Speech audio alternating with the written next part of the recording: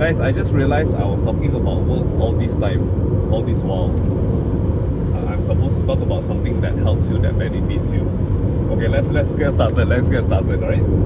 Let's talk about choosing the right course in pre-U and in degree.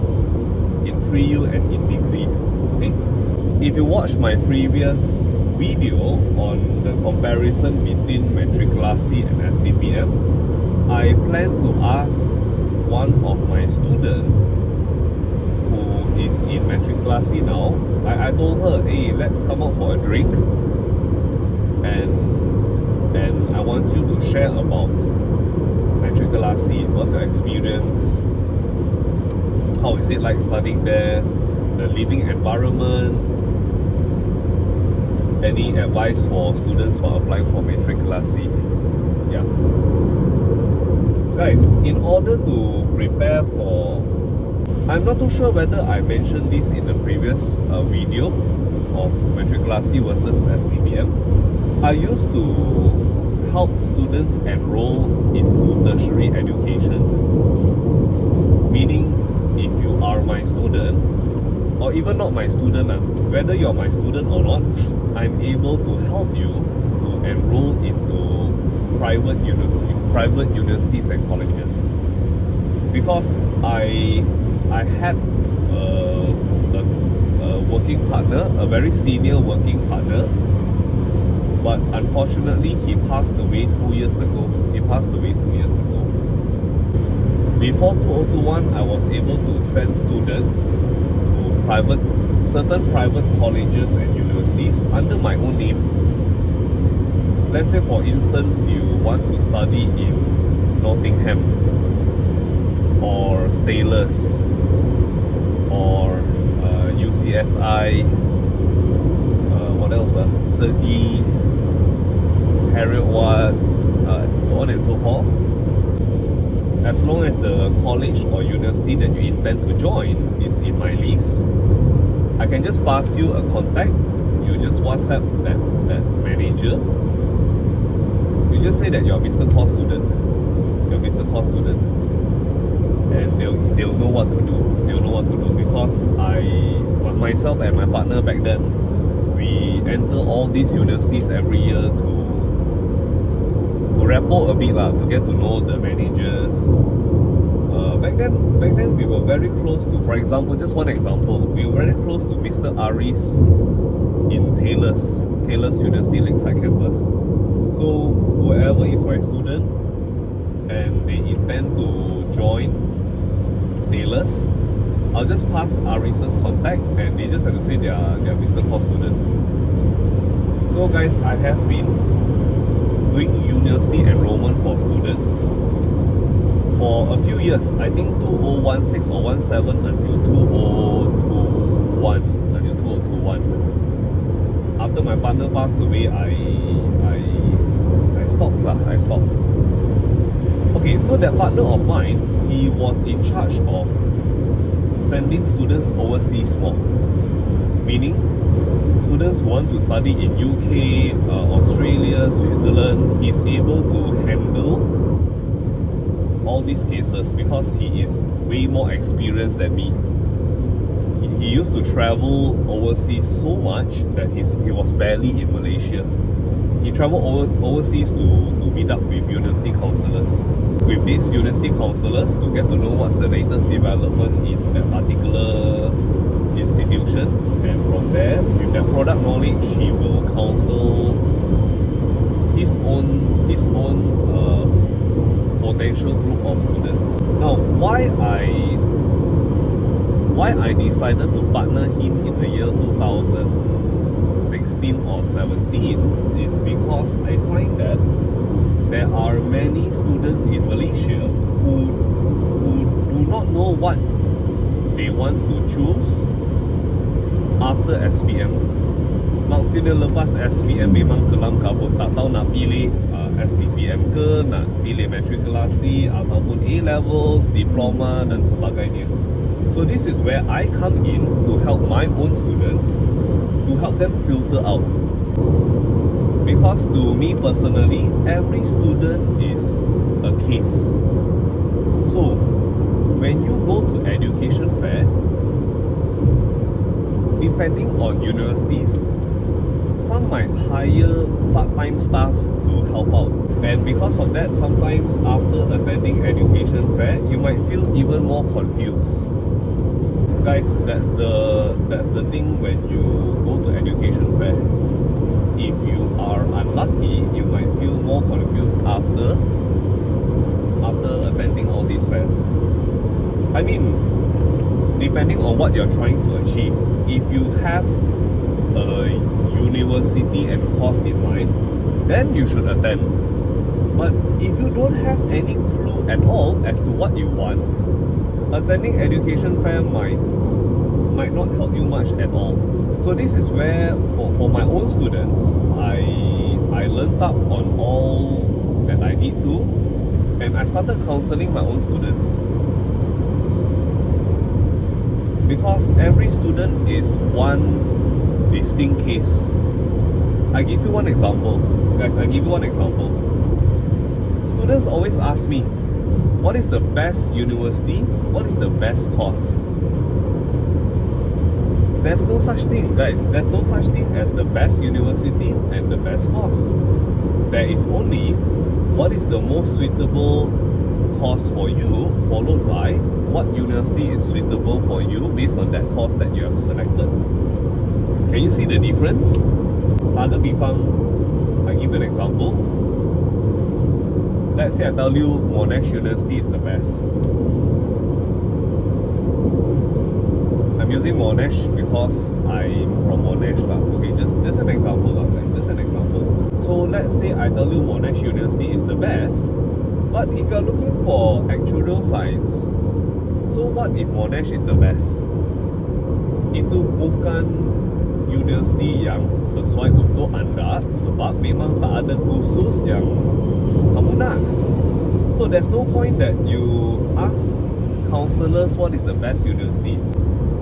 Oh, and this is the best part. If you go to education fair, you ask any counselor, let's say University A, you ask them which is the best university for this course that you're offering.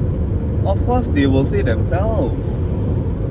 So the question of what is the best university should be what is the most suitable university. Number one. Oh, sorry. Okay, number one. Yeah, number one. But before knowing the best university,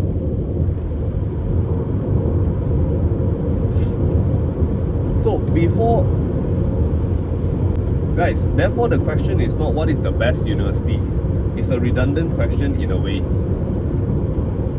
Instead of asking what is the best university for me, the question is what is the most suitable university for me. And this have to come after you have decided on your course. You should always get to know your course before determining the university. Or it can be concurrent, no problem, it can be concurrent.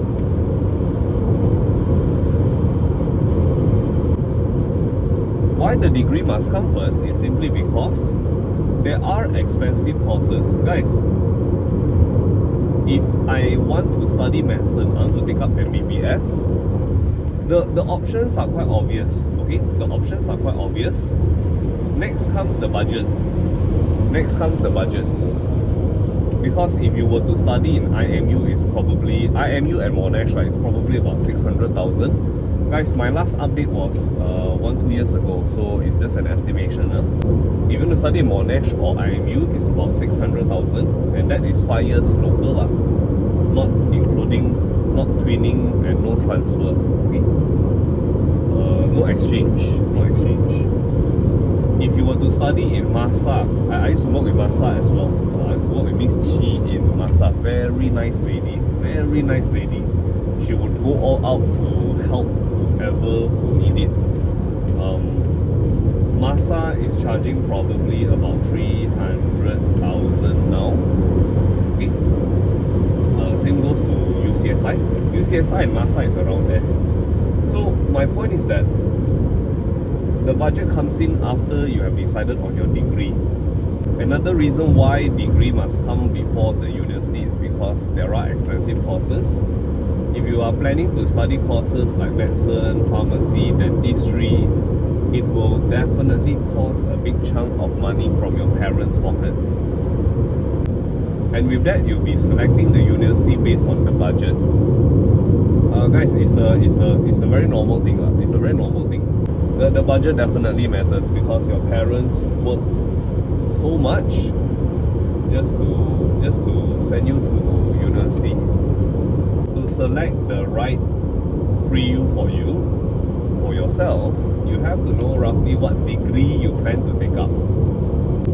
So the issue is, most of you, I dare to say this, 80-90% of you, 80%. So the issue is, I dare to say this, 80% of you are not too certain what you want to study or pursue yet at this point in time. If you're a Form 5 student, Form 4 student, lucky you don't have to say lah. Okay, so to select the right pre-U, you have to know your degree. But, guys, because 80% of you are not too sure what you want to pursue, the best is you go for a science foundation. Guys, the best is to go for a science foundation if you plan to study locally. Because with a foundation in science, you are able to continue with a science degree, be it medicine, pharmacy, dentistry and whatnot. But you can also enter art stream degree courses after you have completed your foundation year. Now, that is for the case of local varsities, if you are planning to stay locally to study.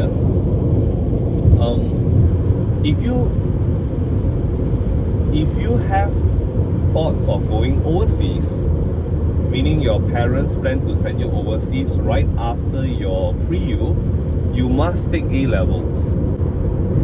A-levels is an international passport to enter overseas universities. It is widely accepted anywhere and everywhere. Sir, do they accept foundation? Very few, guys, very few. You have to check very properly whether your desired overseas uni accepts a particular foundation from our country. Because another example, my cousin studied in Taylor's Foundation. My cousin studied in Taylor's Foundation. Prior to entering foundation in Taylor's, her family have already checked whether Taita Daxue, a university in Taiwan that she wanted to enter, whether they accept foundation in Taylor's. And the answer is yes. So she went for it. She went for it. Okay. Another cousin of mine who completely have no clue as to which university she's interested.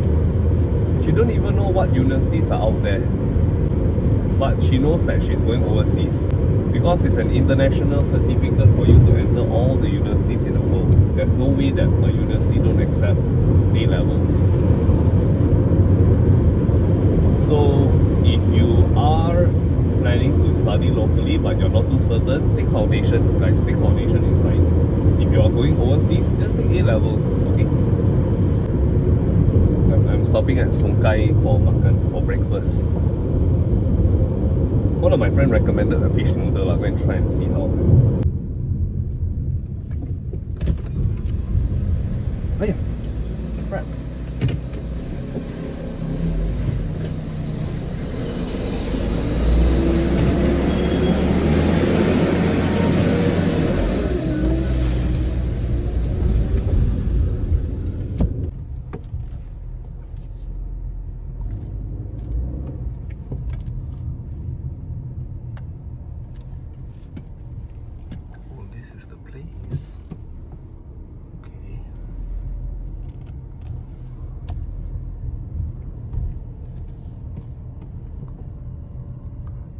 This is the place.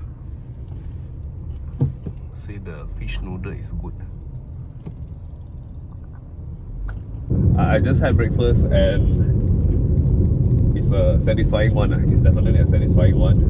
Coming from KL, if you eat in small places like Sungkai, you will find it's very cheap.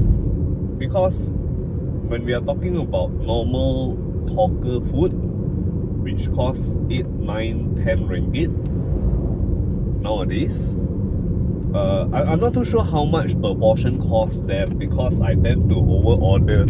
Guys, I tend to over order. I tell you, I really enjoy traveling for work. I really enjoy traveling for work. Just now I ordered wonton mee curry chicken, and I add on grouper fish soup. In Cantonese we call it yu tao mai. Yu tao mai. Yu tao mai normally is more than 10 bucks nowadays if you eat in KL, meaning fish, tomatoes.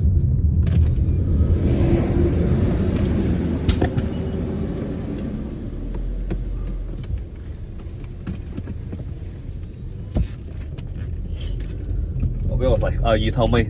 So if you eat yu tao mai in KL, it's definitely more than 10 bucks. I don't really order in KL. I do not know exactly how much it costs. I'm not really a big fan, but normally per portion should be 10 to 12 ringgit, I think.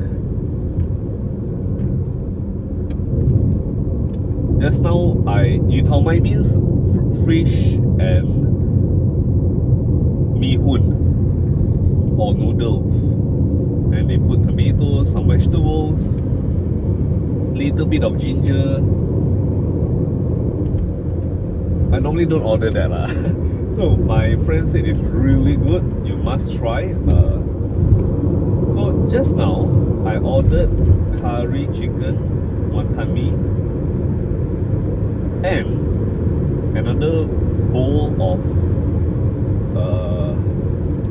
yu tao mai without the mee hoon. Just the fish. I tell you, it's really fresh. It's really fresh. I'll go back some other time, definitely. You know the food is good when you are a repeating customer for that particular stall, shop or restaurant. Okay, so that two things, curry chicken wonton mee as well as the grouper fish, big slices. I'll show you a little bit here. Okay, my Instagram snapshot. My Insta story.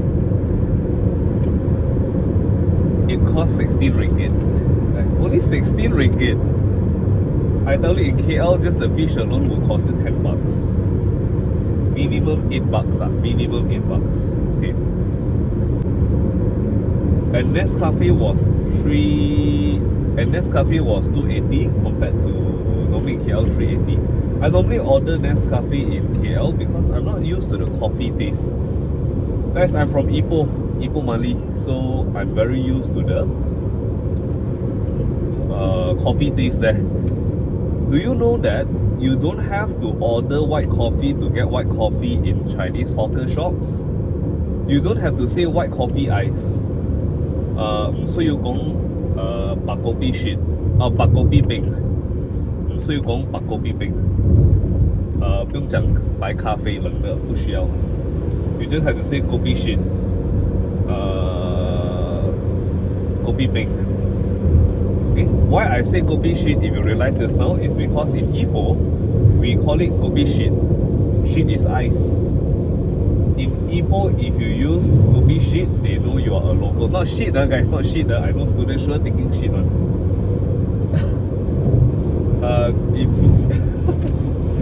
So if you order kopi shit, they know you are a local there. But if you order pak kopi peng, you're not a local.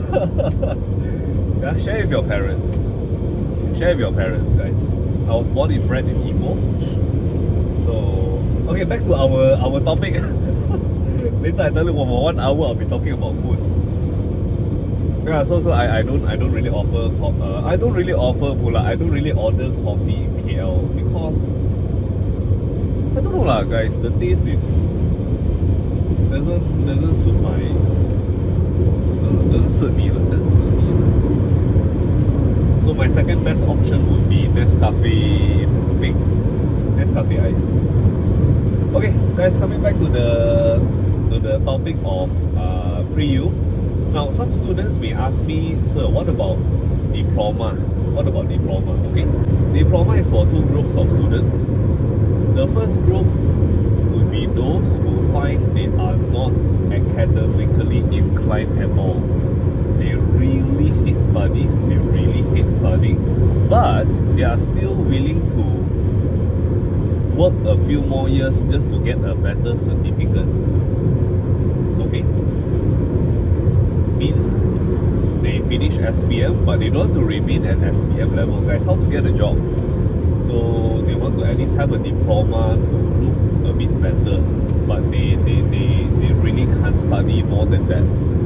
Okay, this is for the first group. Now it may sound very bad, but this is where things take a turn.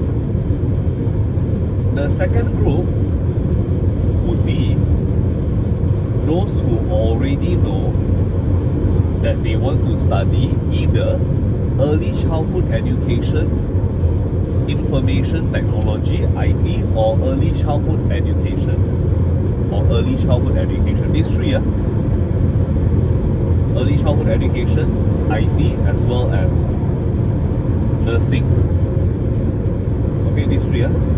So if you have decided you want to study any one of these three, there is no point for you to enroll into any foundation or A-levels. Guys, what for? That's an A250. I thought it's an A45. A45 would be the Mercedes, their AMG, the sports line. Anyway. Okay. Now, where was I? Oh yeah, so if you have decided you want to study either nursing, IT, or early childhood education, why would you want to enroll into STPM, A-levels, matriculasi? Why? Guys, no need. If you are certain, okay, I'm going into either one of these three, just enter a diploma.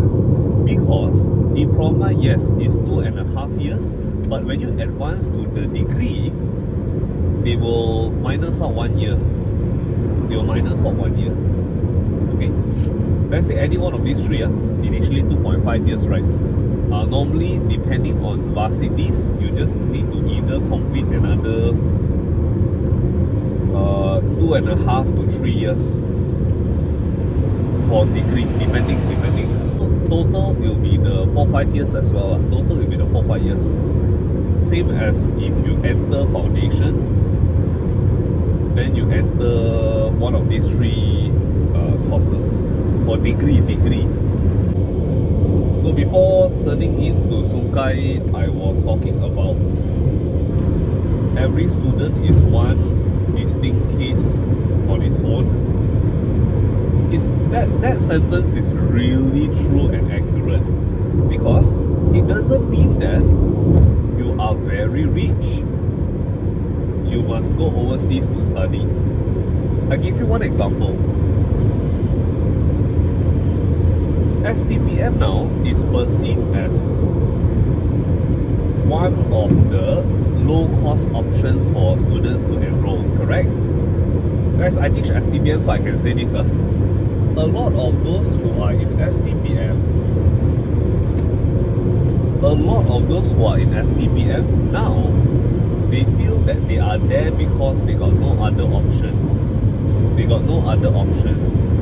So when you carry that kind of mentality, that kind of thinking, it's not healthy for you in terms of your studies.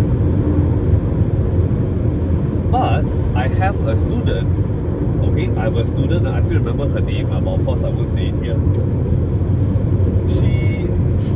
She had a chit chat with me. She said, Mr. Khor, my father is very rich and he wants me to study STPM. What do you think about it? By right, very rich means can afford to study A-levels and overseas, that kind of level we are talking about. But she mentioned one thing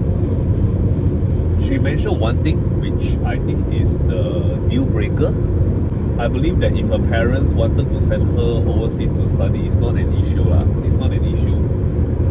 Based on the number of cars that they have and so on. So the deal breaker was, she said, my father runs a business and wish to pass to me and my sister when we graduate later. So guys, if you look at it from a very typical point of view, by right, that student should enter A-levels or foundation. But instead, I asked her to go STPM. I told her your dad is making a right choice. Your dad is making a right choice. Now some of you may be wondering, hey sir, how come why you asked her to go STPM? So but she's willing to as well, because back then was still fine. Back then STPM was not like now. Very negative compared to last time, frankly speaking. I mean, based on the schools that I know. But for her case, it doesn't matter where she goes to. Ultimately, she will take over the father's business. So it doesn't matter if she enrolled into an A-levels program, into matriculasi, into diploma. She can be studying overseas. Ultimately, she will still be taking over her father's business. So I just asked her one question. Does it really matter to you whether, number one, which university you go? Number two, are you keen to go overseas? She said, sir, I don't really have any goal and I'm not keen to go overseas at all. So I told her just go STPM. So she went into STPM. She got a course in USM. She graduated and now she's working with the father. So guys, it doesn't mean if you have money you must go for A-levels, okay?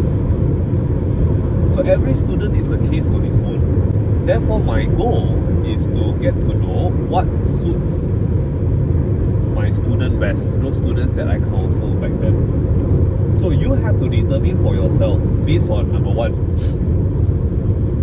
what degree you plan to pursue.